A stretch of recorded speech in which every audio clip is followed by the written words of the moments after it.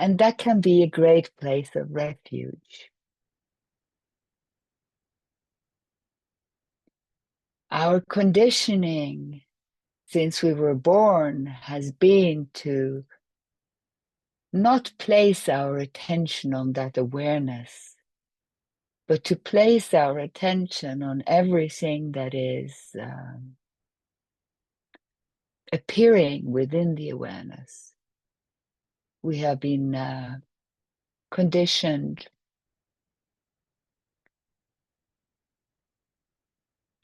to place a lot of attention at our body, at our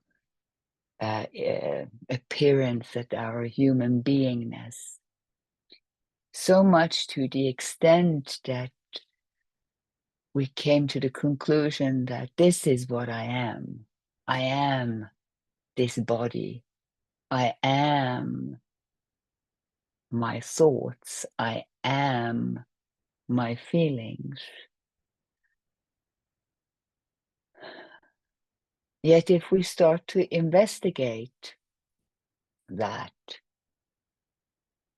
we notice that our body that we think that we are has changed a lot since we were born. So, which of my bodies am I? Am I the newborn baby? Am I the 2-year-old toddler? Am I the rebelling teenager? Am I the one in my prime and my 30s before the decay begins? Or am I this aging woman? Well, which of these bodies am I? Because all the parts of the body, they have changed so much. The cells have changed, cells have died, cells have been born.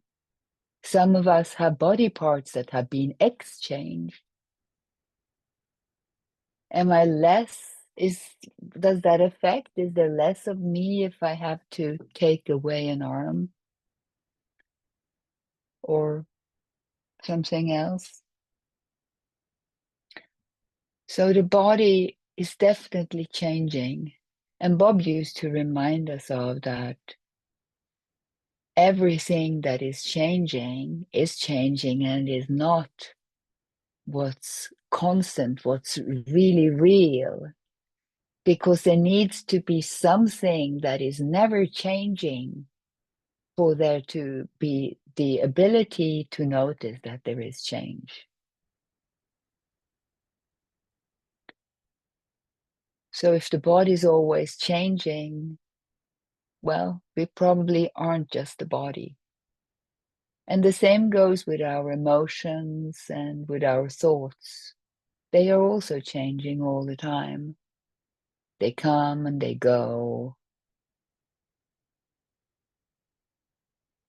But the awareness, the noticing, the registering is always here. Sometimes we may be more aware of it than other times. So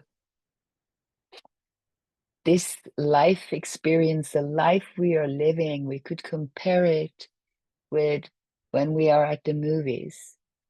Sometimes the movie is so exciting, so thrilling,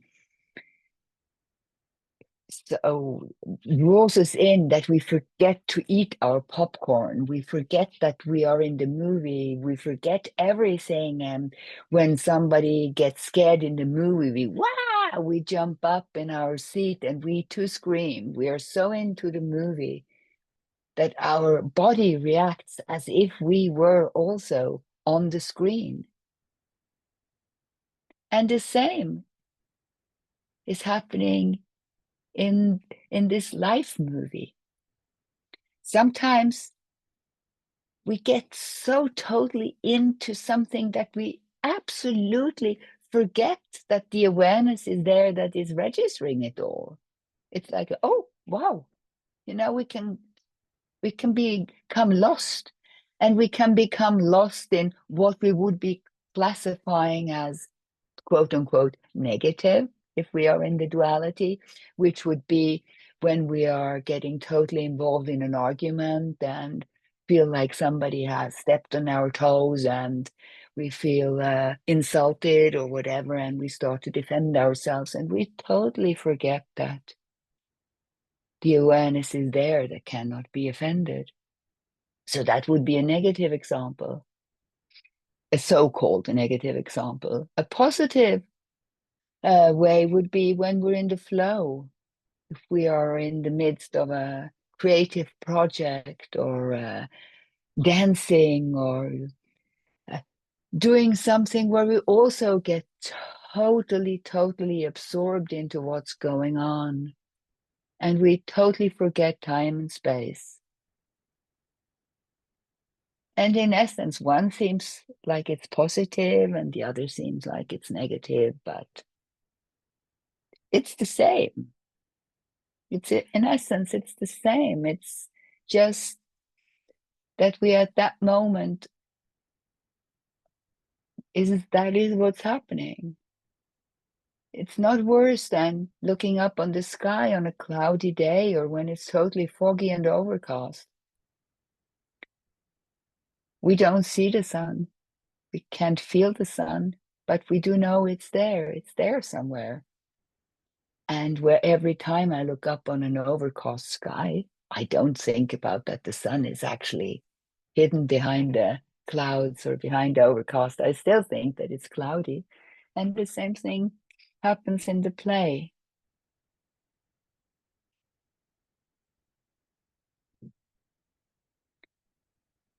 The other day,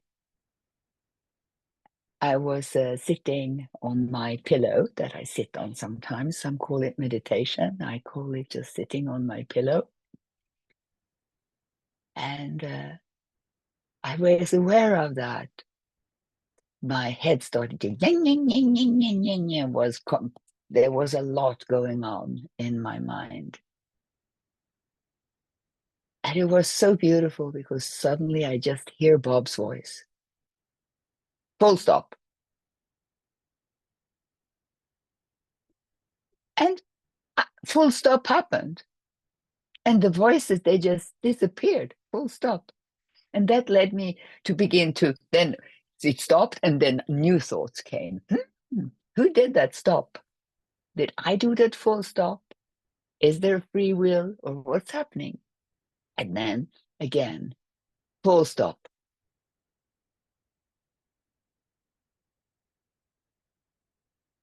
And I realized that it doesn't matter. It doesn't matter who's doing the full stop. It doesn't matter if I think that I am doing it or it's doing itself or whatever. The beauty is the full stop, that it is possible, that full stop is possible.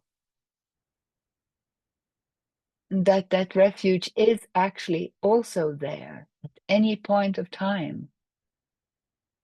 Whatever is going on, full stop is possible. We can hold our breath for a second. And when we hold our breath, then the full stop automatically happens. The mind action stop.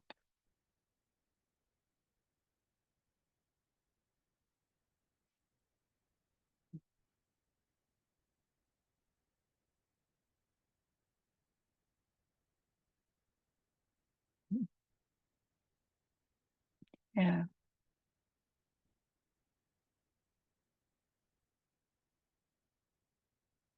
It's so easy to think that we need to be able to explain everything with theories.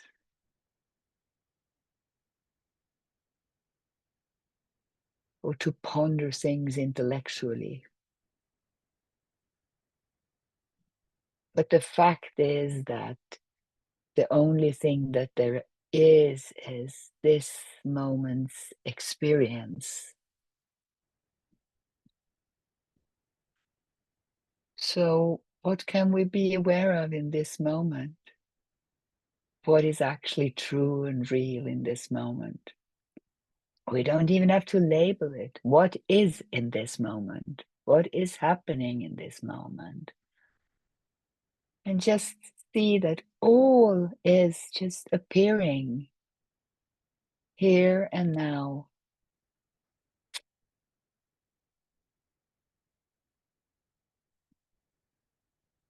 And that nobody actually has to do anything for anything to appear. Our heartbeat beats.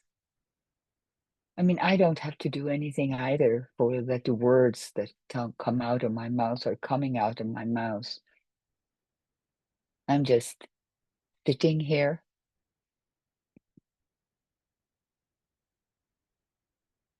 and allowing what will come.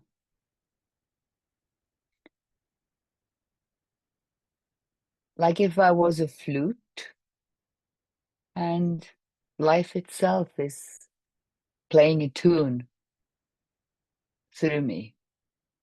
And I don't know what the tune will be.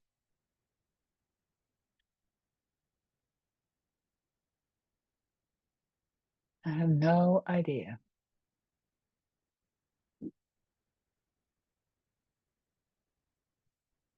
None whatsoever.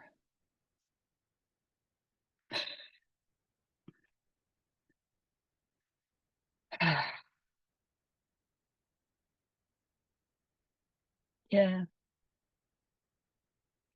So full stop and just resting into the silence.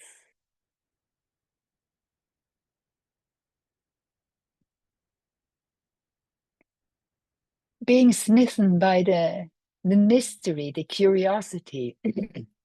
What will unfold in the next moment? What will unfold? We think that we have so much control. We think that we know so much. But truth is, we have no clue. None of us knows what's going to happen in the next moment. We don't know. And the best way of being reminded of that is just to look at the weather outside. We never know when it will change. It can change very gradually or very sudden.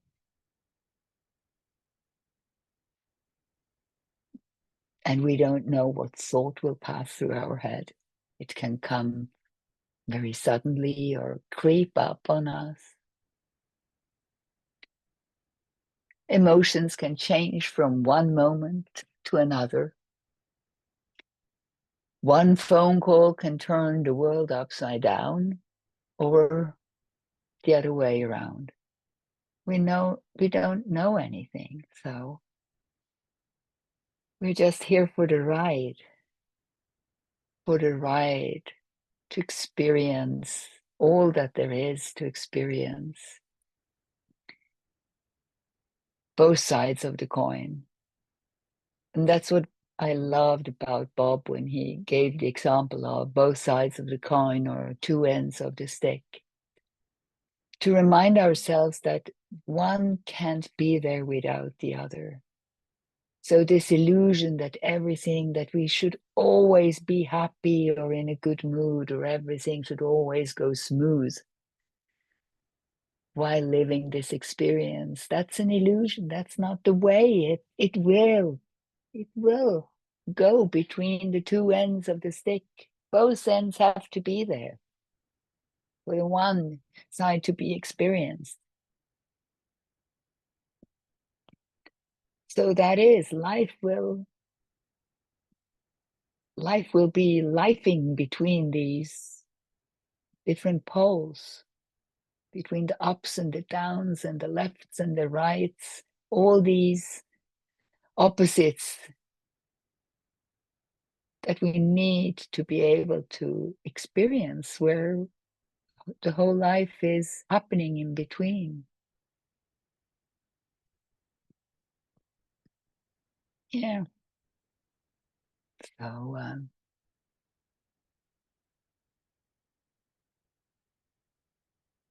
life's just happening.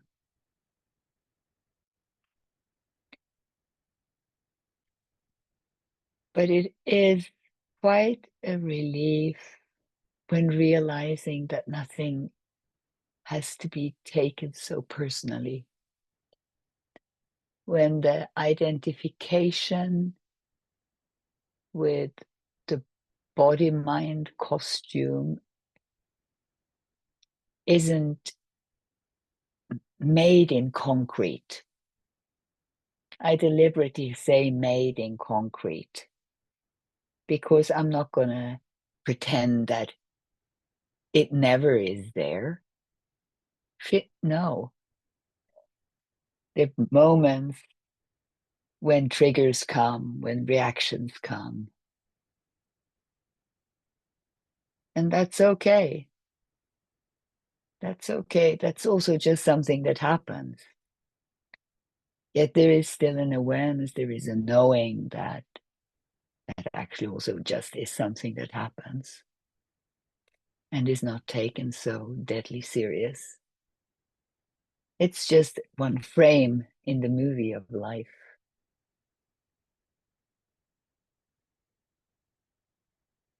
Just an expression, as all other things are expressions. Yeah.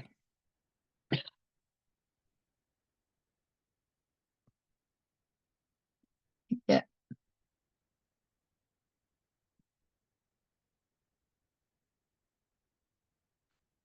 Guess that's it.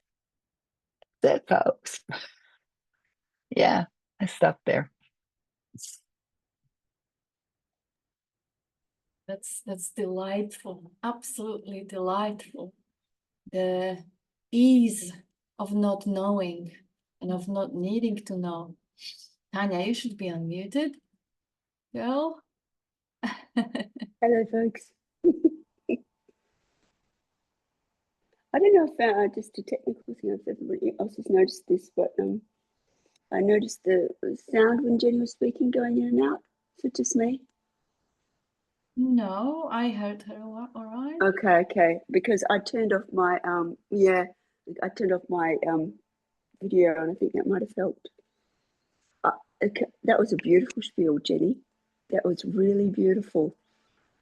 Lots of really beautiful reminders in there. Especially, I like the reference to music and or just flutes being played, and you have no idea what the tune is going to be one moment to the next. But really, really great to be reminded that even the fights, even the yelling, even the disagreements, even the stuff that is supposedly negative, well, without that, how would we rejoice in the absence of it? Or enjoy the opposite end of the stick? Pairs of opposites. There's no experiencing without it. Pairs of opposites, absolutely crucial to the whole shebang.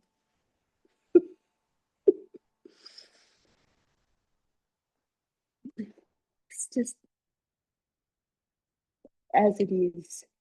And as you say, Jenny, in the heat of the moment, when there's an explosion of anger or something, I'm not going to pretend that, there isn't a wonderful experiencing of this body, this illusion of this, happening. Why would you do that? Gosh, like we said before, humanness included. It's all part of the wonderful theatre. Part of the theatre. If you're watching a movie, if you went to a theatre and you're watching actors on the stage roaring at each other or laughing or singing or whatever, and you saw through them the whole time as if they were just wafts of air moving around. Wouldn't be much of a theatre. Wouldn't be much at all.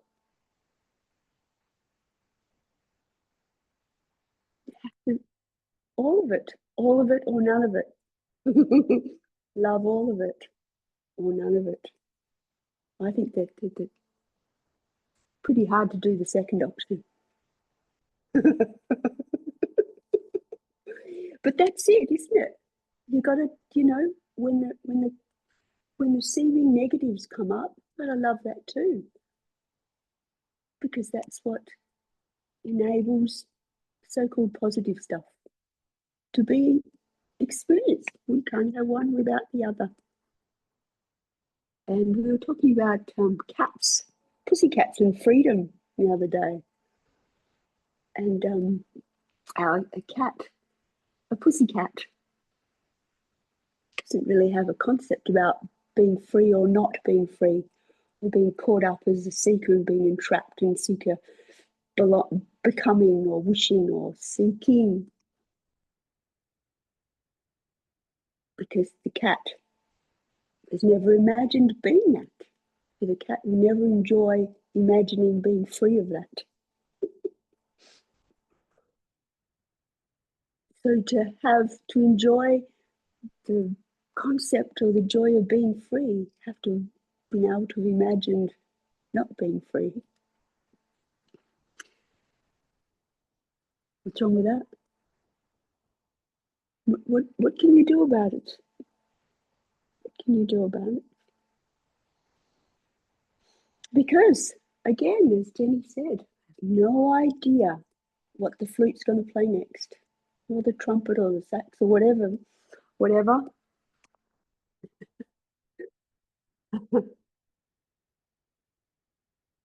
not driving the bus. Nobody driving the bus.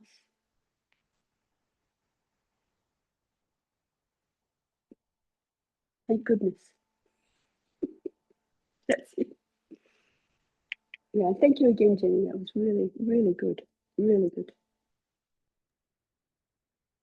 And what was also beautiful was that energy, that peaceful transmission of that relaxed celebration of no idea. Celebration that, oh, I don't have to squeeze my butt to figure it out. Because it is, I'm open, I'm here.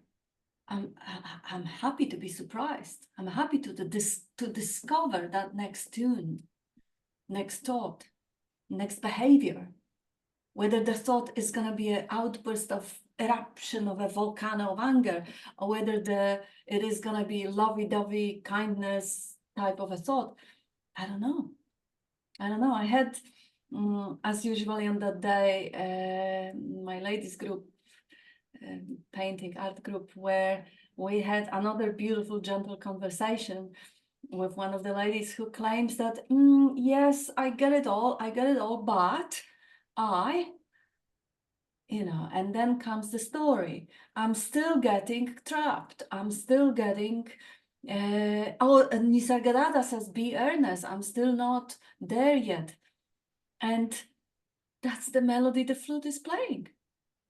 That is what shows up on the screen of awareness. That is, and then what happens? It is the attention gets trapped in it, and it feels like, yeah, but there is no cognizing emptiness. There is no knowing of it, because I'm completely identified as that which is seeking or angry or whatever the story. And I'm not free to witness whatever is arising. Well, surprise, surprise, there is no one to be trapped, there is no one to be free. The witnessing, the knowing is happening without any personal attendance. Just like the seeing, when we look at the dynamic of seeing itself, it has different modes. There is this relaxed attention, this sort of peripheral gaze where seeing isn't really focused on anything in particular. It's just an open field of presence of seeing. And then you may just get something, good blink from Julia, and just look and investigate it very, very closely, just really focused gaze. And then, how does the seeing fare? What's the difference for that pure capacity, the capacity for seeing? Whether it is seeing something pretty or something ugly, or whether it is seeing like the wide gaze, it makes no difference. The seeing isn't touched by that which is attending to. And Bob used the example of seeing because it's so uncompromising, and you can also collapse that seeing and see that, recognize that the content is secondary to the capacity. Capacity for seeing comes first. And it is same with the attention. You know, oh, I get trapped because the thought comes up and it feels personal, it feels urgent, and then suddenly this is my thought, this is personal, this is me. Well, again, the feeling of things being personal is just another tune arising in that field of attention, in that field of cognizing emptiness. There is a feeling arising, and maybe there is a judgment of oh, that means that I'm not getting it, that means I'm still separate. Yes, that is also arising. Feeling is arising, the analysis of the feeling is arising, and the judgment of the analysis is arising. What space have to say about that? Does it even care? It is absolutely, completely relaxed with whatever is arising. It doesn't mind. It is open to see and discover. Yes, but I feel like I am that person trapped, that I am that thought that says I, within that thought that says I, that is where I am. Well, how do you know? Obviously, that is being cognized, that is being described. Yes, Ivan, please unmute. Yes. Can you hear me, or it's still very low? No, it's much better. It's much better. Okay.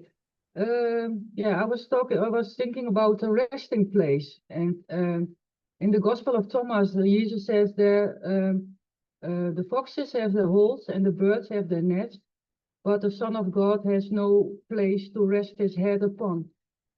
So, yeah, we have no resting place because we are already everything.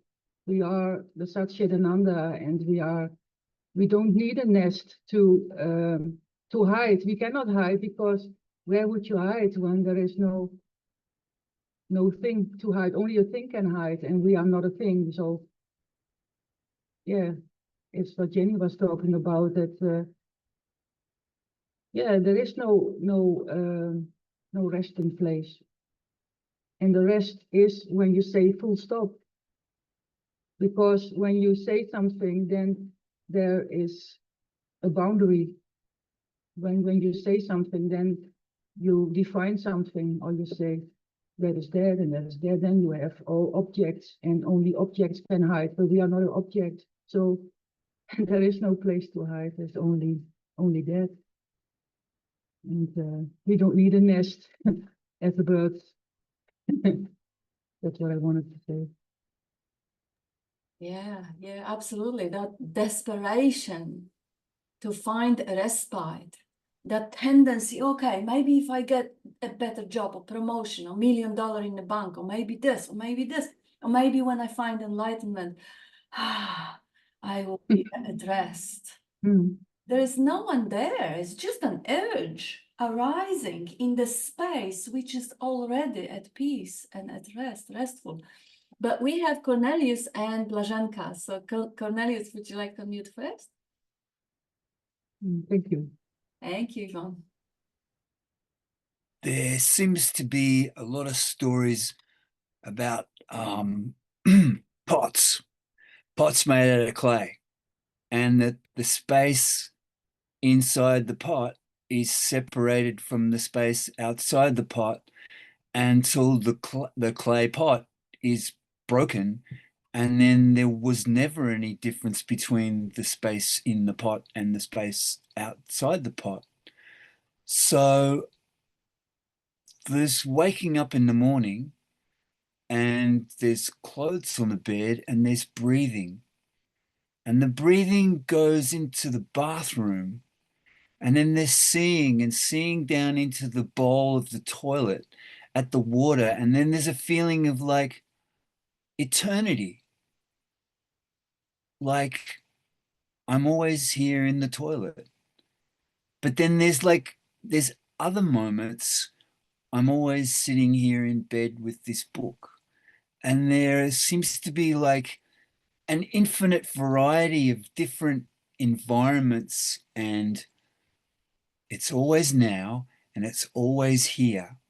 But like the space that was in the pot before the pot was broken, once the pot's broken, or the pot, it's realized that the pot was never there.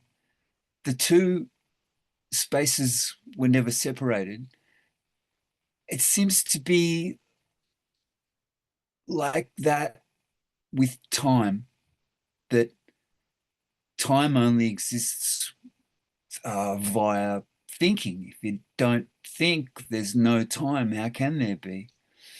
So if those things float away, there's a, like, yeah, we talk about, all right, when I was a little boy, and where's that little boy's body gone? And like time passed, and he was like a rebellious teenager, and then an adult, and then now he's this old guy. It's like, well, that thought unfolds spontaneously and instantaneously right in this moment, right now.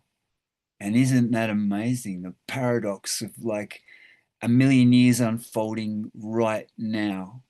It's like the dream you have where you're walking through this barren landscape, and in the distance you can hear strange music. And what is that music? And it seems to be like you're moving towards this music. Like, is it church bells in a medieval village because it's Sunday morning? And you wake up and realize it was the alarm clock. Like the conscious, the the creative mental thing backfilled this whole adventure in the desert, walking towards the church on a Sunday morning. And it's like, wow, like, so that's like constantly happening, or it's just happening. I remember a long time ago, they used to say that the moment you meet the guru and the point where you become enlightened, yeah, okay, story, but it's the same moment. So you, the entire illusion is not like dragging on for 65 years. The illusion is just like right now. And so when it's gone, it's like, right now. And it's the difference between being squeezed into the pot and the pot's not there. And the pot was never there. And all the striving stops, and all the going somewhere stops, and all the being bothered stops. And yeah, like we say, like, it's like, well, you step on my tail, then I'll, but it's just like, yeah, it was over very quickly.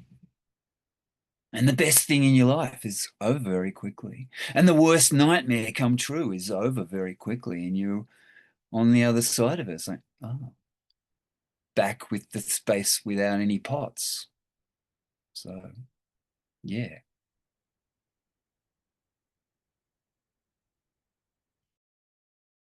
Yeah, that's such a beautiful metaphor, and it's so helpful too. And we have Blaženka. Would you like to unmute? Yeah, thank you. I'll just continue like when Jenny was talking and I'm listening and you know, just remembering how many times I would stand and look at myself, especially like teenage years, and going like, who am I? Like there was no connection to that body. It's like, who? And you know, when Jenny was saying about, you know, when you're born and into and it doesn't matter. That's something that's changing, but what never change, it's the knowing. I am, but you know, the body changes, but that never changes. The existence never changes. And isn't that just beautiful? Just going, you know, with that, living with that. Just knowing I am, and there's really nothing to do with the body. So beauty of that. And my neighbor just had a brand new baby. It's like 3 months old.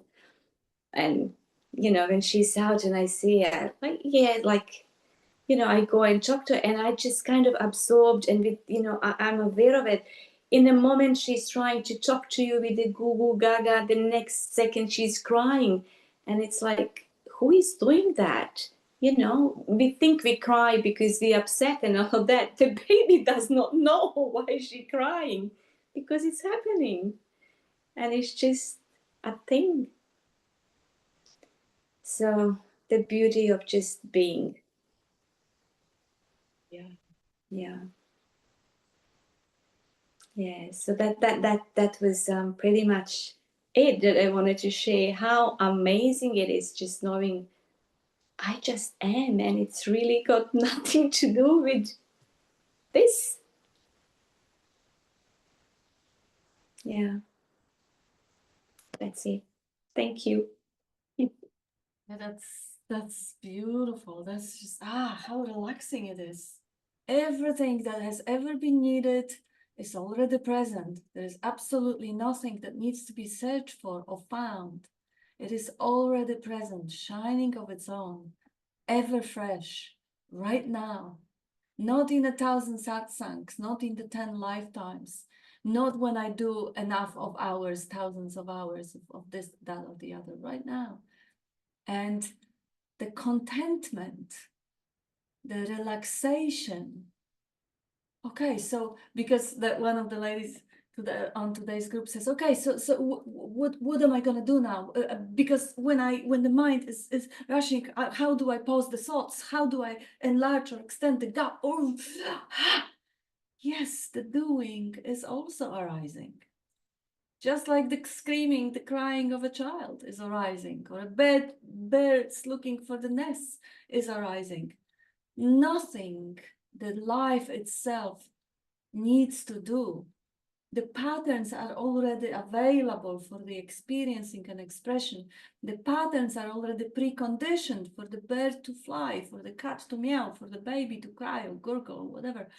There is absolute nothing. Not only, like Jenny was saying, I don't know the next tune, I don't know the next urge, I don't know the next thought, the next action, the next behavior. I don't need to know that. There is no one there who needs to control anything whatsoever, because it already runs of its own, is already designed to. It is self-organizing universe, and the pot and the space inside and the space outside, the seeming pot, also made of space, also a vibration of space, and the music coming from that flute, the same vibration, not the same, the vibration is always unique, but it's equally just a vibration. I think we have some comments here on the screen. Jenny says the birds are that too. Thomas forgot that in the gospel and a week. And Yvonne says, I will ask for rectification, Jenny. And the laughter. Beautiful, Cornelius. Jenny says to Cornelius. And Marianne says, I like that, Cornelius. The worst nightmare and the best day in your life are over. You see, even the idea of day, Bob used to love quoting Hsin Ming, that, you know, beyond words, beyond mind, beyond language, there is no tomorrow. There is no yesterday. Beyond memory, beyond imagination, beyond the processing capacity of that mental imaging machine. And not today. There is not even today. Today is also a wide concept. It's just this, ever fresh, over, but still here. Anything that you can grasp, anything that you can remember, or make a mental image, or, you know, like snapshot is gone. But the freshness of life never goes anywhere. It's always here.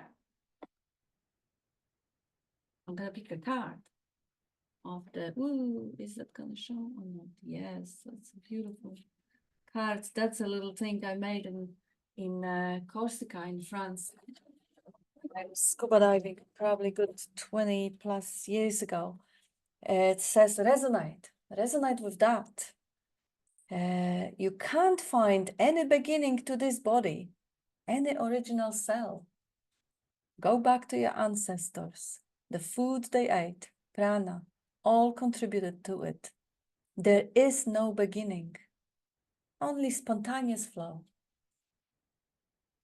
There is no beginning, like Bob also, another beautiful pointer, showing how that whole amazing game comes into existence through construction of the overlay of language, of symbols and mental images.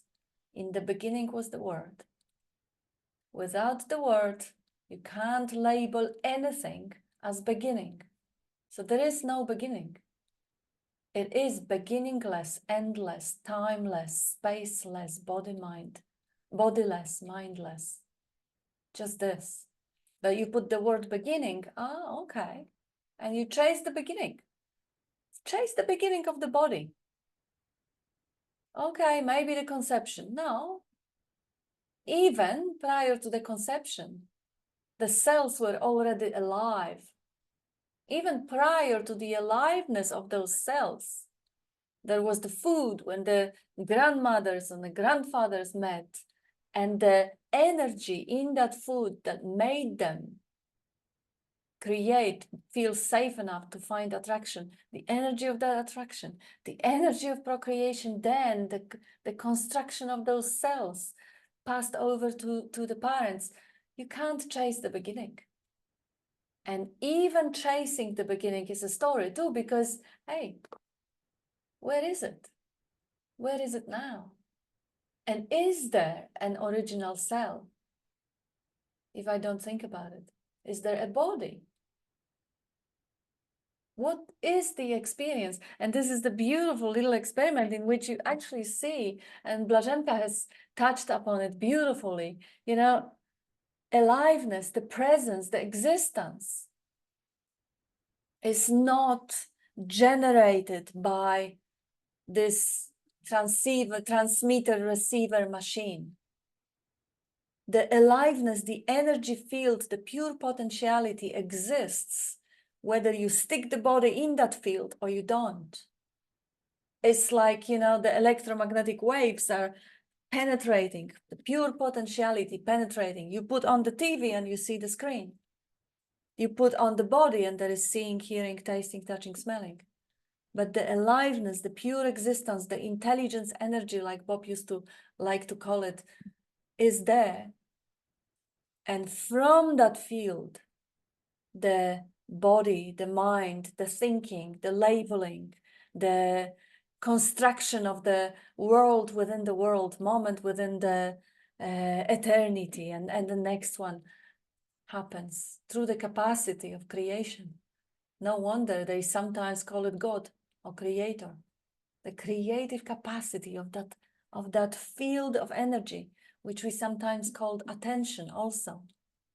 Whatever it attends, attend to the seeing, woo, wow, focus on the hearing, yes. Anything that is acknowledged as existent. Well, was the acknowledgement first, or was it the existence first? And who wants to divide that? And can you? Can you divide? Can you separate the attending from what is attended to? Can you separate the seen or the seer from the process of seeing?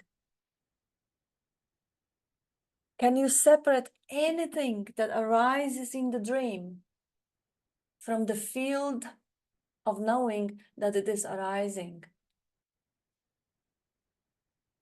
And then it becomes just like, okay, there's nothing to do. And yet the doing will happen, just like heartbeat is happening, the thoughts are happening, pleasant, painful, all of it is happening. No doing required. Just the illusion of personal doing, of control, personal control. That one is seen through. And everything happens as it always did, because the illusion of control has always been just that, the illusion. So if you were in charge yesterday, and today you realize, oh shit, you know, that was just an illusion. Yesterday it was illusion also, no matter how real it would feel. And I think we have a new, oh no, this is the same comment. Come on, everyone. Join the explorations.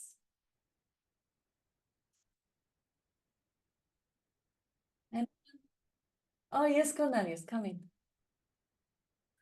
There's seeing, which is very powerful, like the primacy of vision. Then there's hearing. Then there's the feeling, the touch that comes through the skin, and the taste that's in the mouth, and the smell of the world.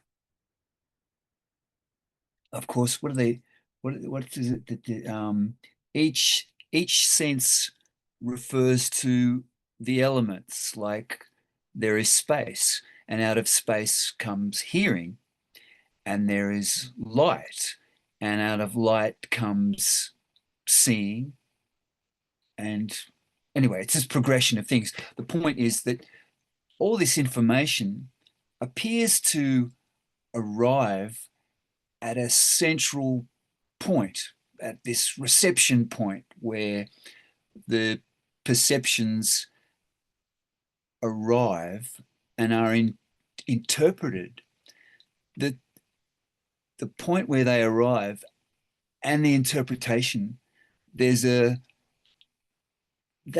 the point where that's the substance of the veil, that the illusion is, and all this seems very convincing, and it's biologically it's supposed to be convincing because it stops you falling out of the tree, it stops you getting eaten by some creature that was using this path yesterday,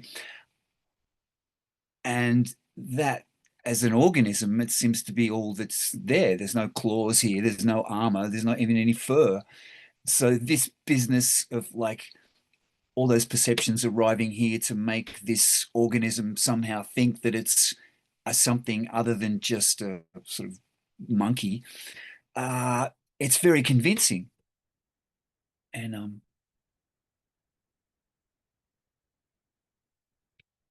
all that arises in the awareness.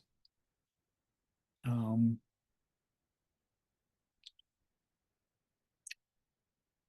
that is pretty hard to put your finger on, that awareness.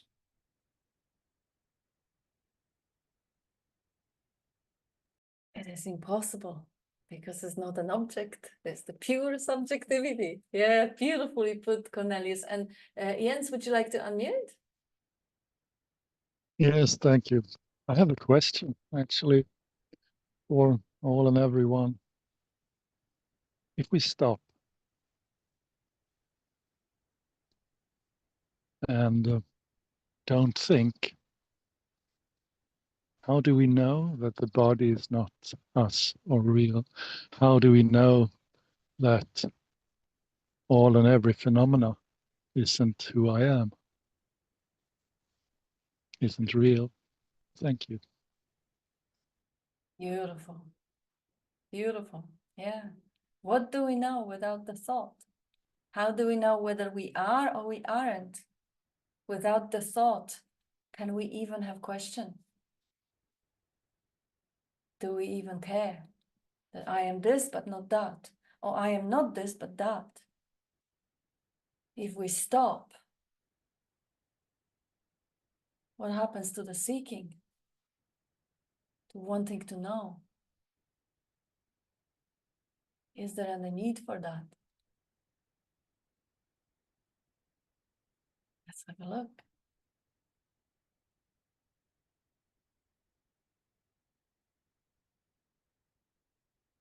And whatever arises in that moment of stopping, if there is no thought to label it, comfort, discomfort, anxiety, contraction, if there is no thought disturbing that arising, is there anything wrong?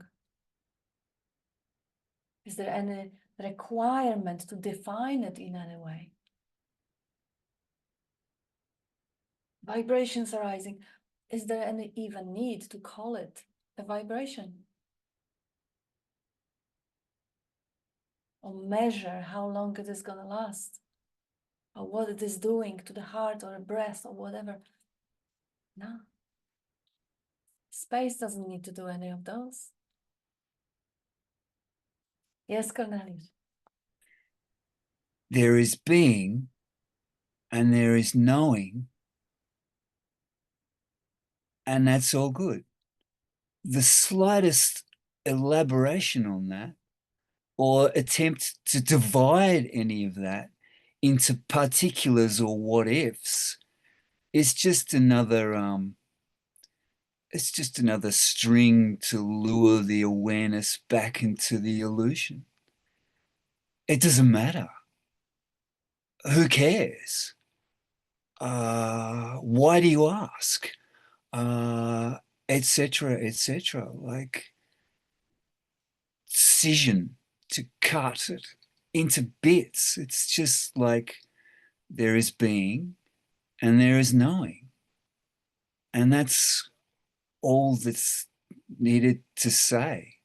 We try here to find novel and various ways of saying that, but that's what's being said, yeah.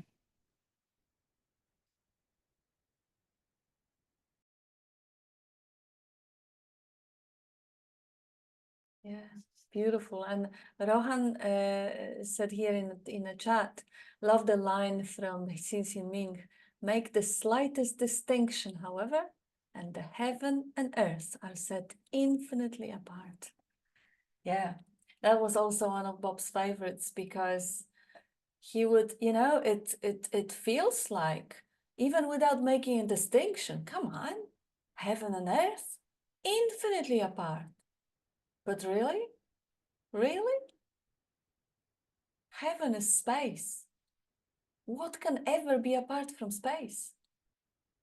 Earth, whatever concept you have of what the earth is still in space. They can't be separated.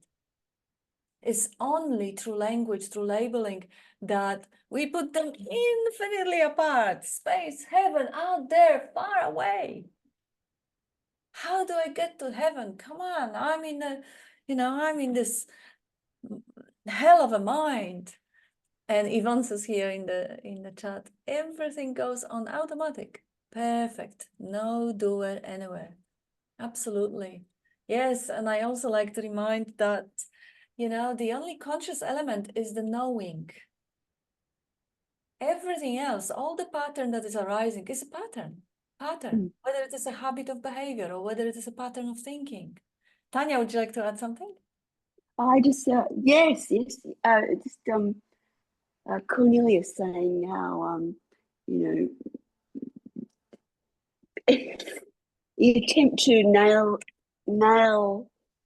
that down, put your finger on it, describe it, blah blah blah. Can say, and when Cornelius says "I am," the thought comes, "Oh yes, it's empty," and then the opposing thought comes, "No, it's full." And then the thought goes, no, it's empty. No, it's full. See, the opposites. This is how. So there's no other. This is it. That's how it works. That's how the game is played in pairs of opposites. And you see, it's described as emptiness. It's described as absolute fullness because it's just no way to. The so-called mind just can't wrap its head around it. Right? So jumps, reverts, sort of bang, bang, bang, bang, bang. Wow, bloody hell. Just, what is it? That remote just full stop. Give it up. Yeah, beautiful. And the experiencing within all the opposites.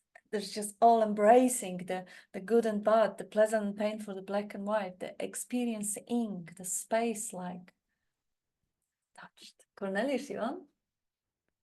That it's empty and full. It's neither and both.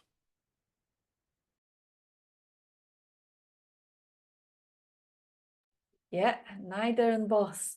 is beyond description, is beyond language. And Hank says here in the chat box, who wants to know? Who cares? Who is asking? And this is always a valid question.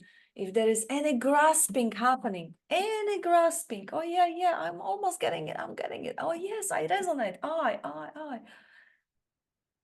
Even that urge to grasp, that urge to understand, to end the search is just what is arising to no one. No one cares. Space doesn't give a shit. It doesn't object to any arising. Even when the seeking is arising, the space, it doesn't even say yes, it doesn't say anything. It just is.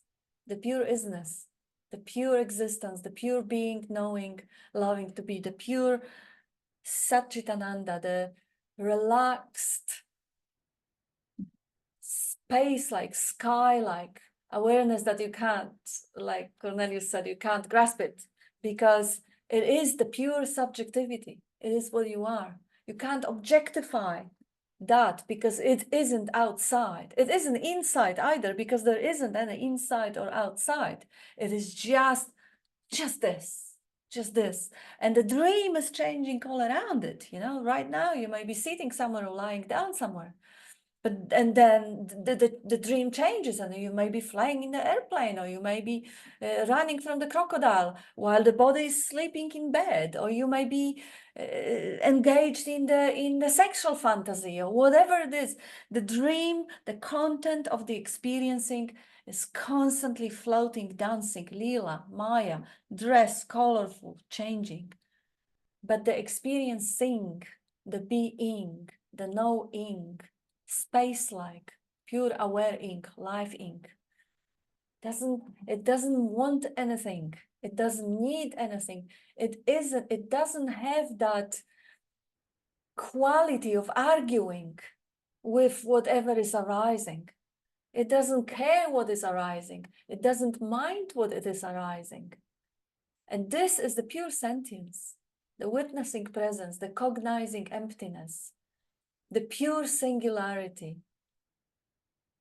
And then objections arise in it. Yes, but me, I want this, but I deserve this, but I'm not enough. That's just what's arising. That's the melody. That wind is blowing through that flute of that instrument. I think we have another couple of thoughts. The space, Yvonne says, is unconditional love. Nothing wrong anywhere. Yeah, unconditional, completely unconditionally allowing everything, including what in the human language is the opposite of love, which really is just another form of the same one essence. And Marianne says, I wish I could be so relaxed about the new neighbor's cat, which terrorizes our kittens in our garden. Well, some things is better not to be relaxed about. I mean, if the bear is chasing you in the forest, don't get too relaxed. Let the body and do its thing. But the knowing of that, is that tense? The knowing about the stress is not tense. See, I yell at him and chase him away. Yes, the yelling happens. And the space allowing the yelling, the space doesn't make any sound. It doesn't chase anything. It allows the chase to happen. So this space, this cognizing emptiness, it doesn't need to relax. It already is. You can't even say it's relaxed. It just is. It is as it is. But you know, the closest you can say is no tension in it. And Marianne also says, but when we are not here, the kittens are undefended. Well, unfortunately, that will sound very harsh. But what do you think is going to happen with the kittens in 150 years? Or let's say 20. They're going to be dead. You know, yes, undefended birds, undefended mice, undefended spiders, undefended trees. Absolutely. That is Maybe sooner. Yeah, well, yeah, let's hope not. I mean, of course, you know, this is love, which shows up as a worry for kittens.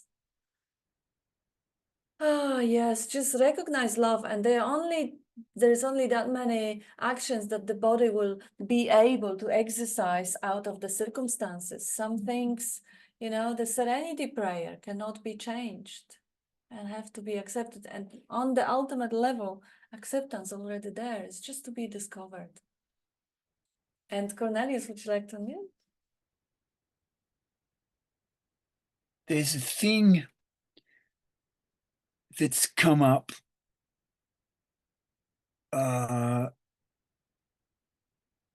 it's of my dad is going through the process of his body's like falling away, and it's a long drawn out process.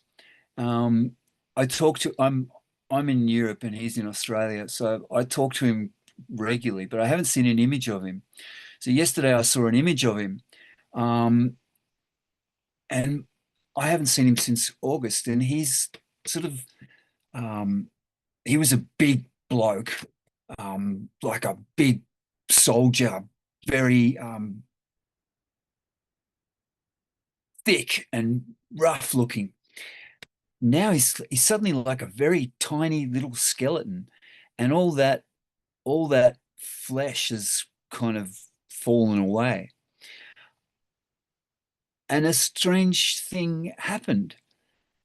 And of course, in our language and in our culture, it sounds disrespectful to go, well, oh, look, the kittens are going to die. The little kids, they'll grow up and they'll become old people and they'll live on their own in bed sits somewhere in Footscray, and it'll be really sad. Sorry, but that's just the way it goes. That sort of doesn't come about on an emotional feeling level. On an emotional feeling level, there's a deep, like, first there was a shock of seeing my dad looking like that. But then there's like an awareness of the shock, like, well, that's not him. And if I talked to him on the phone, I wouldn't even notice that. It's like this information from this extra sense goes, oh no, he's turned into a skeleton. A smiling, quite jovial skeleton. I don't know. There's this thing. I mean, of course, our attitudes communally, our attitudes towards death are culturally inscribed, and other people's in other societies have a quite different attitude. I mean, like when granddad dies, we don't sort of wrap him in bandages and stick him in a tree and hope for the best. I mean, the variation in cultural attitudes towards death is beautiful. Even the Irish attitude towards death is quite different to their neighbours across the river in England. I don't know, and it's quite a thing that's it's really scary to lose someone that you love. It's really scary to consider that this particular thing that I have identified so closely with forever is like, oh my God, it's like falling apart and it hurts. And the stuff that used to work doesn't work. And the rest of it really hurts. I was like, yeah, but who knows that? Like, again, I go back to the space in the pot and the space outside the pot and going, oh yeah, it's much better without the pot. It's like, well, the idea of the pot was only a memory anyway. So and of course this is again for the sake of communication, you sort of cut it all up into little bits, but even the slightest elaboration or attempt to divide puts heaven and earth and infinity apart, when really it was just a matter of taking the stone out of your shoe all along, wasn't it?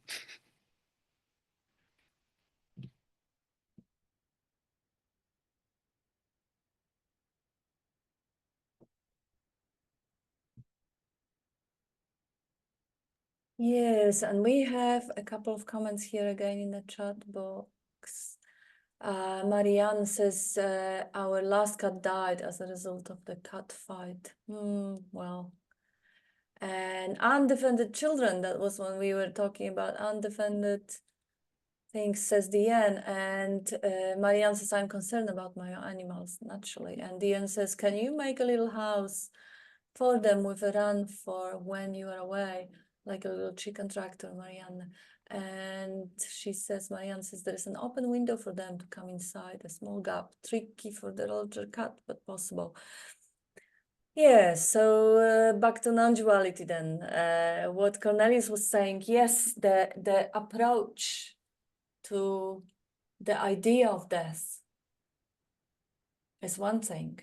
The idea, the worry, the idea what can happen. I remember one of my mandala girls once came and her son was going to Thailand. And oh my goodness, you have no idea what the creativity the mother can have in regards to what can happen to her favorite child who wasn't a child anymore. Oh, you know, they can catch him and cut his kidneys off. Or they can catch him and cut his liver off.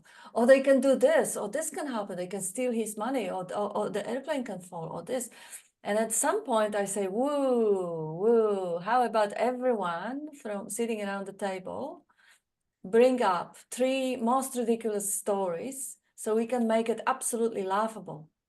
Because the truth is, going to the mind and imagining all those tragic situations is not going to get us anywhere. This is not a brainstorm. This is not creative thinking. What Diane says here, it is. That's actually helpful. You know, Marianne, you may investigate the possibilities. Because worry of its own, it only serves it brings stress into the system, and it debilitates the thinking. It cripples you rather than motivates you. It doesn't really, it's not reasonable, especially the prolonged worry. Recognizing love behind it and finding creative solutions, that's the way. But in general, our approach and our dread, the dread, how horrible death is. How horrible that, the cells are dying in this body. And if they didn't, we would call it cancer. And the body would die. Death is inevitable. Life lives on life. And Joe, I can see, would you like to unmute? Hey. Yeah, hi, Kat. Thank you very much. Thank you for having the meeting, and hi, everyone. I just love what you're talking about because, I went through a horrible experience with, I'm the murderer. I killed a snake, and I love what you said and I thought about it today when I came back up here to the farm. The snake doesn't know it's dead. The snake doesn't know. I'm the one with the story or with the narrative in my head. And it doesn't know it's dead. It's not worried. It's not going to come back in the middle of the night and bite me because I killed it. So it's nice to laugh at that. It's otherwise I would take it too seriously. So I find it really gently. So death does, we're dying every day. And I know that doesn't make it easier. It doesn't make anything easier or that, but it just takes away the narrative from my mind. I'm the one who makes up the story of what a horrible person I am for doing that and blah, blah, blah, blah, blah, blah, blah, blah, blah. Neutral, nothing. It happened. I mean, God, that's a week ago. How could I? And where is it? It's in memory.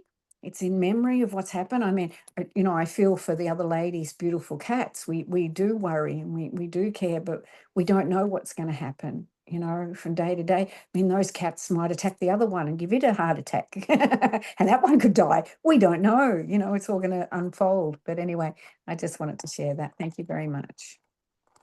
And that's actually a beautiful point you brought up, Joe. It isn't really, and Marianne, you may just consider, it isn't really the kittens you're worried about, because when kittens are dead, they have no problem with being dead when they are asleep also. It is always those who are left behind. Joe is not worried about the snake. Snake doesn't know it is dead. But she's having a narrative, oh, I'm a bad person. I had to kill that snake. I didn't want to, but I had to. And the snake died. And I allowed that to happen. Snake doesn't give a shit. snake is back into the eternity of nothingness. The vacation from that eternity has ended, and it is just in the bliss of pure potentiality. But we are the ones. You see, I have the beautiful kitty next to me. And of course, I'm supremely grateful that he is well. And his sister is roaming around too. And if they are dead, I'll be the one longing and missing, not them. There is nothing that I would have to say about the dead cat. It doesn't care about being dead. So it isn't really about the kittens that we are worried. We are worried about how is my life gonna be without them. If I imagine my life without those kittens, that is not a nice image. And therefore, I'm subscribing to that image and it causes pain and I'm experiencing pain. While in this moment right now, the action will happen if the life moves you, or the action doesn't happen if life doesn't move you. Other than that, relaxed attention, witnessing or noticing the stories arising, the imagination arising, the fear arising. And sometimes just for the heck of it, it's kind of sweet to recognize love behind it. But not to get overly attached. This is not the truth. This is just a phenomena of imagination. And of course, you know, solution will present itself. And even if it does, one day there will be no kittens. There will be adults, hopefully. You know, one day I had this chat with a mother of 2 young boys, and she lied awake at night worrying about their future. She would worry, you know, she'd be doing the dishes and she'd be worrying and creating all sorts of scenarios in her head. And I asked her, do the kids look worried? Are the kids worried? She says, like, well, no, the kids aren't worried. I worry for them. And okay, well, let's unpack that a little bit. How's that working for you? How is that in any way being of any so-called assistance or help to the kids, for your children who you worry about so much? Anyway, it's the irony. If only the snake had been a better warrior, it might be alive today. It might have avoided Joe's shovel or big boot or whatever she used to take it out. But it's kind of nonsense, really. If the environment, which is not separate from anything else that's happening in the environment, so moves Marianne to do something or do nothing, then that's exactly what was called for. And Marianne, nobody, you know, nobody can. There's nobody there to hold you responsible. Okay? Absolve yourself of all future guilt, present guilt about the potential catastrophes that might occur. Right? It won't be your fault. Not least because you can't find anyone to blame, but because it's just that's what's happening. And it's not to say stuff won't happen one way or another. Of course it will. Of course the story will continue. Yeah. That's it. Yeah, beautiful. And the answers, but then attachment too is just happening. Absolutely. No one does that. And Jenny says, between life and death, there is also a preference for the kitten or kittens or whoever to not suffer. Absolutely. Attachment's happening. The preference is happening totally. And Marianne says, thank you, Tanya. And yes, this was beautiful, Tanya. And we have a comment here on Facebook Live.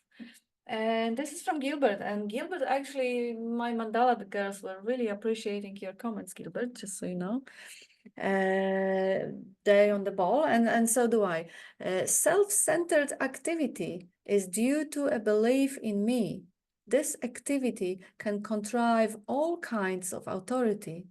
None of it is true. As Bob would often say, that guy up there said, there is no me. Is he right or is he wrong? I better take a look and see for myself. Watch the mind and see how it operates. The me can seem to be strong authority and sometimes an authority on non-duality. Contrived personal knowledge about non-duality is all a fabrication of the imagination. The self-center called me hands out certificates of enlightenment to anyone who validates me. Wow, that's cool. Yeah, but that's beautiful too. Beautiful. What's there to know? Who's there to be a knower? Who is there to have any particular knowledge or understanding?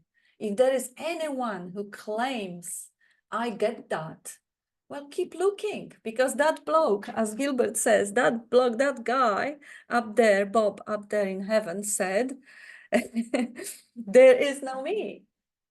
Sometimes he would throw a few other funny descriptions about that guy who said, there is no me, have a look. Who is there to be an authority? Who is there to know anything? Who needs to know anything? Who needs to grasp or find anything? And that's the contrived personal knowledge about non-duality. What do you know? What do you know? What can you ever know? Apart from the certainty of existence, which is just a certainty, it's not something that you know.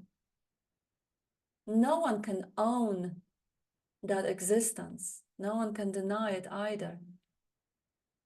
Nothing to know, no one to know it. Nothing to get, no one to get it. And there is nowhere to get also, and no one to become also. It's like Jenny started, you know, just complete unknowability and absolute relaxed comfort with unknowability, not needing to figure anything out whatsoever, just being the presence for the unfolding. Discovering the next tune of that music. What's around the corner, Bob would say. How it is going to resolve. Just that childlike curiosity. And even that is somewhat a human element. And what's wrong with that? Human element, human preference, human attachment. What's wrong with that? That's another wave of arising. Human resentment, that's a wave of arising. Comparison, all of it. Urge to seek and find. Look at this cat. Urge to lick his own face. Arising. And who is there, like I think Henk was saying before, who's got a problem with any of that? Who cares? Julia would say, who gives a shit? Yeah, nothing to do, nowhere to go, no one to be, nothing to see. And we have another comment here, and Henk says, there is no me. Can be a trick to avoid experience of what is happening. There is no me is a recognition. And recognition that whatever is happening doesn't happen to me. Doesn't change what is happening. Although it takes the sting away. Maybe it does change what's happening in a way that it nullifies the suffering, the psychological suffering. Because happening is still there, whether there is a belief in Santa Claus or the me or whatever else the belief is. Happening is regardless, the overlay of interpretation, what the happening means. Is it happening personal? That's just an extra layer of arising. And like Tanya was saying, you know, the dream goes on. Dream goes on. The weather changes. Yes, Rohan, would you like to unmute? Yeah, hi, Kat. Yeah, just on that point, something that I tend to read a lot these days is about spiritual bypassing and how saying no me, it's just this convenient way of avoiding working through but trauma is real and there's real stuff, but it occurs that that's just another subtle way that the I identity continues, that but this trauma is real, you got to work through it. It's like, and it's like another mechanism that identity still wants to cling on to some sense of value, right? It takes value in the trauma, that yes, I've experienced trauma, it has to be worked through and I need to work through that. And by just saying there's no me, yes, just parroting the words no me is obviously just I don't even know if I'd use the word spiritual bypass. I would just say it's not that joy won't be experienced. The freedom of it won't be experienced if it's just words and it hasn't been recognized. But you said before, recognition. In that recognition, Bob told me that many times, that he said everything is dropped. It's not this, there's nothing to work through. It's not like but yes, all this trauma is real and you have to, keep working through it. And then it's not, if really there is no me, then whose trauma is it? And what is it? If you're labeling trauma as an arising energy. Yeah, that's all I want to say. Thanks. Yeah, that's beautiful. And Hank added to it exactly. And this is important distinction, because yes, many people uses that concept of spiritual bypass, that, oh, no, okay, I say no me and I don't have to do anything. Well, doing happens. Breathing happens. Trauma therapy happens. And it's still no me doing it. It's still no me lighting the sun, beating my heart, going for the therapy. In some cases, therapy doesn't happen. And that's okay too, from life's perspective. It is not mutually exclusive that I have to believe in me to work on my trauma. No, there is no me, whether I believe it or whether there is a belief in me or there is no belief in me. The fact is, if you look and try to find it and it isn't there, well, that's it, self-evident. And now working on the trauma may still happen or not. And Gilbert adds here, Bob quote, when you see something is false, you cannot believe it in it ever again. Believe that there is no me is not knowing that there is no me. Yeah, and I think, Rohan, you expressed it really, really perfectly, mounting the word, there is no me, so fuck off. There is no me, so don't tell me what to do. There is no me, so I'm not going to go to whatever, to therapy or to jail or wherever. It's, what a joke, believing there is no me. Who believes that? Have a look. Who believes that there is no me? Who has to even say it? And we have Tanya and Cornelius. Tanya, I think you're on mute first, and then we... Yeah, thank you, Kat.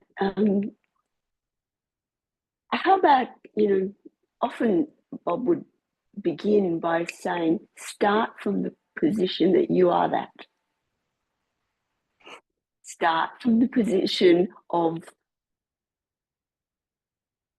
being that eternal perfection. Nothing to fix, nothing to change, unaltered, unmodified, unchanged. Start from that position, not from the position of being less than, missing something, being wounded, having a hole in your heart. Speaking metaphorically. Start from the position that you are that. And as far as judging one another for you've got it, you haven't got it, you're faking it, you're well, so be it. And how about fake it till you make it? Right? Sometimes, trying to model perfection is how it occurs. What's wrong with that? Right? So, as we say, however it appears, but know above all else that you are that. And there's nothing more to it.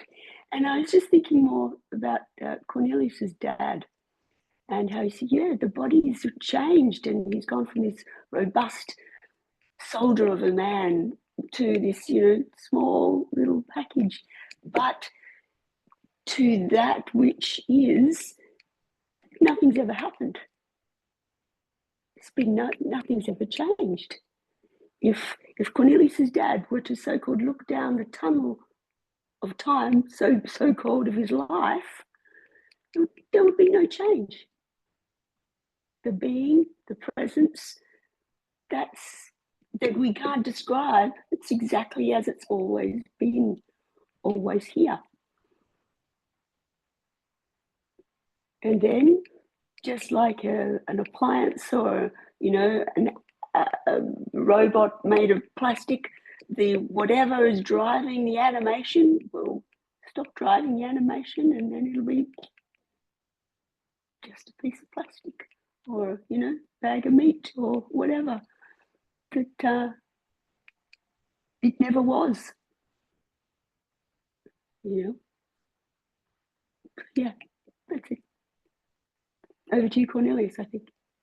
Yes, beautiful. Yeah, Cornelius, would you like to mute? Yeah, that's I like that. To say there's no me is just a way to avoid stuff. There's so much there that, again, it's like once you drop it, there's no me. It's any buts after that is, again, you're trying to sort of like divide the thing that doesn't exist. You're trying to find a secret way out of the pot. The space in the pot's trying to find a secret way out of the pot where it has to go down, know the secret words, sing the special chants to get out of the pot, to be the space outside the pot, and then realize that, all right, there was never any pot. So that my dad that I love is turning into a skeleton visually. The person here still feels it and still feels grief and still feels shock at the change in his appearance and still feels like, like sad about dad. It's all kind of normal. And that the realization that blah, blah, blah, non-duality doesn't make that any less or any better, but the realization puts it as an arising in consciousness rather than the end of something or anything with any weight. So there's no me avoiding that because there was no choice anyway. The sun came up and there's Bob on YouTube going, what's wrong with right now if you don't think about it? And that eventually, after all the clouds cleared away, then it's like, well, yeah, that dad going wherever he's going is kind of like affects this body-mind interface in the same way that you stand on the cat's tail and it squeals and will maybe even scratch you, but it won't hold it against you. Yeah, I think spiritual bypass is great if you can find one. And again, there is not even a you to find the spiritual bypass or to use the spiritual bypass or to sin with the spiritual bypass.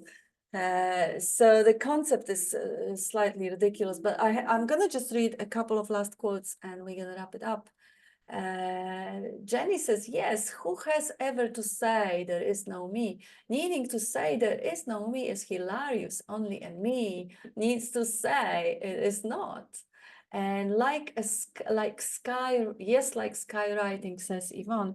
And Gilbert says, Bob, and this quote from Bob, start from the fact that you are that. Then see what comes up that tries to take you away from that.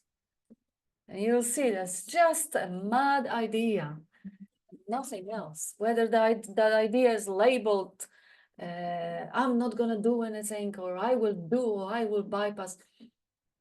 Hello, if you didn't exist, if there was no existence, that idea wouldn't even take place. So thank you, everyone. And we're going to be here in a couple of days. Thank you for hanging out with us. Yeah. Thanks, Kat. Thank you. Bye-bye. Thank you.